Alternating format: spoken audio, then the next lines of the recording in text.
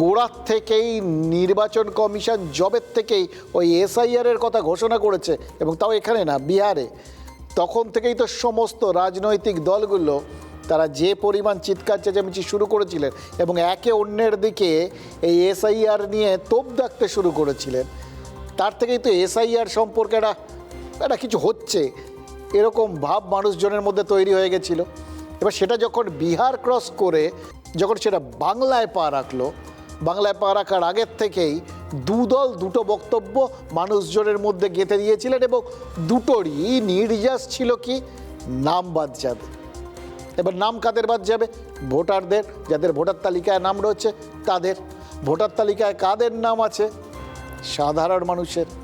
সুতরাং সাধারণ মানুষের নাম বাদ যাবে, এইটা ছিল বক্তব্যের নির্যাস।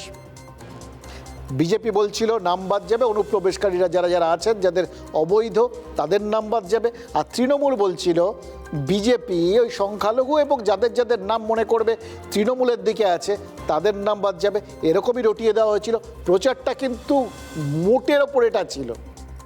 সুতরাং আপনি আমি সাধারণ মানুষ সবার ভেতরে ভেতরে একটু একটু কি শঙ্কা তৈরি হয়নি? হয়েছিল তো, নামটা বাদ যাবে না তো।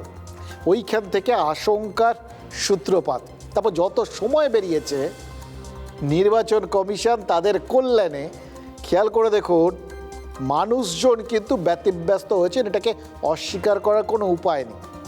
এবং নির্বাচন কমিশনের যে কারণটার জন্য সব থেকে বেশি মানুষজন ব্যতিব্যস্ত হয়েছেন সেটা সম্পর্কেও সুপ্রিম কোর্ট আজকে বলেছেন যে কোনো রকম মৌখিক নির্দেশ টির্দেশ চলবে না, যা হবে সব সার্কুলার দিয়ে করতে হবে, তবে সেটা নির্দেশ বলে মানা হবে। খেয়াল করে দেখুন, এই নির্বাচন কমিশন একাধিক নির্দেশ বারবার চেঞ্জ করায় কিন্তু জটিলতা বেড়েছে এবং হয়রানির জায়গাটা বেড়েছে। ফলে মানুষের মধ্যে শঙ্কাটা বেড়েছে এবং সহজেই বিজেপির স্বার্থ চরিতার্থ করার জন্য সাধারণ মানুষকে হয়রান করা হচ্ছে, এই বক্তব্যটা তৃণমূলের প্রচার করা সুবিধা হয়ে গেছে।